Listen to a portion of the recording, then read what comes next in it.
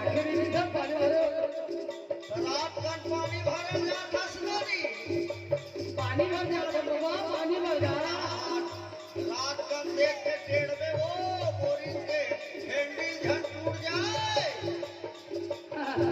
दिल लगा के भरना नोनी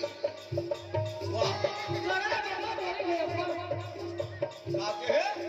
बोली भर कर करा है पानी यहाँ हमारे गाँव में 18 दिसंबर मनावत जयंती अच्छा सतरंग थे पंथी होते हाँ अच्छा तब का विचार है तो हमारे नहीं थे रात निकाल के ये पानी में लांगे जी की अच्छा हमें पानी बनाए हम और देखा हम कर दिया सर बाबा का करवे नोनी वहु असमंजस में फंस के दुकान के रहे वो दुकान के रहे आओ आते रात की बाबा नोनी का बात आलू राहु के रहे दुकान वाला के हैं भैया 1 किलो आलू दे दे तो आलू सीधे के नहीं ले सकते भिड़ा के काम ले अरे अचानक तो सगा आगे वो सगा आगे अरे काम खनाती तब तो सके झना के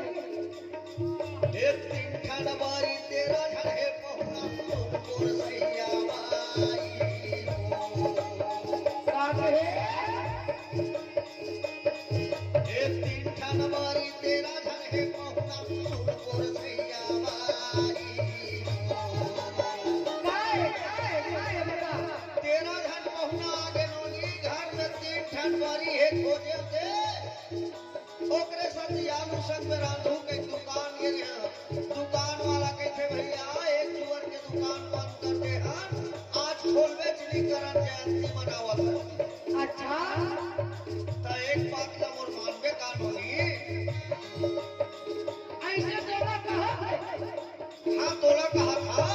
ऐसे तीनों ठन बारी चल सब्जी बना देवे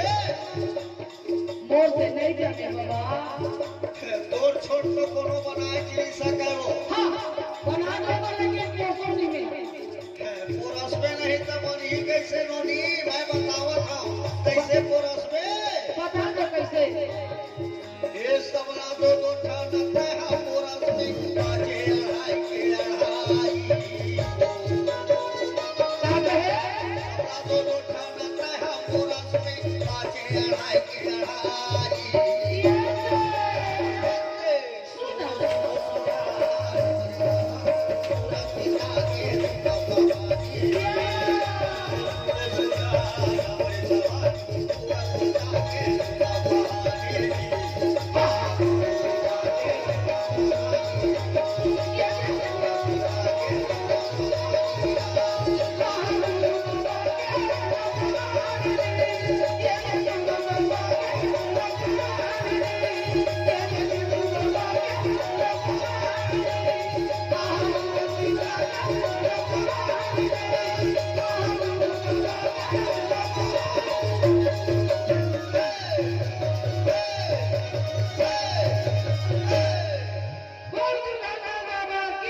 जोरदार ताली बजा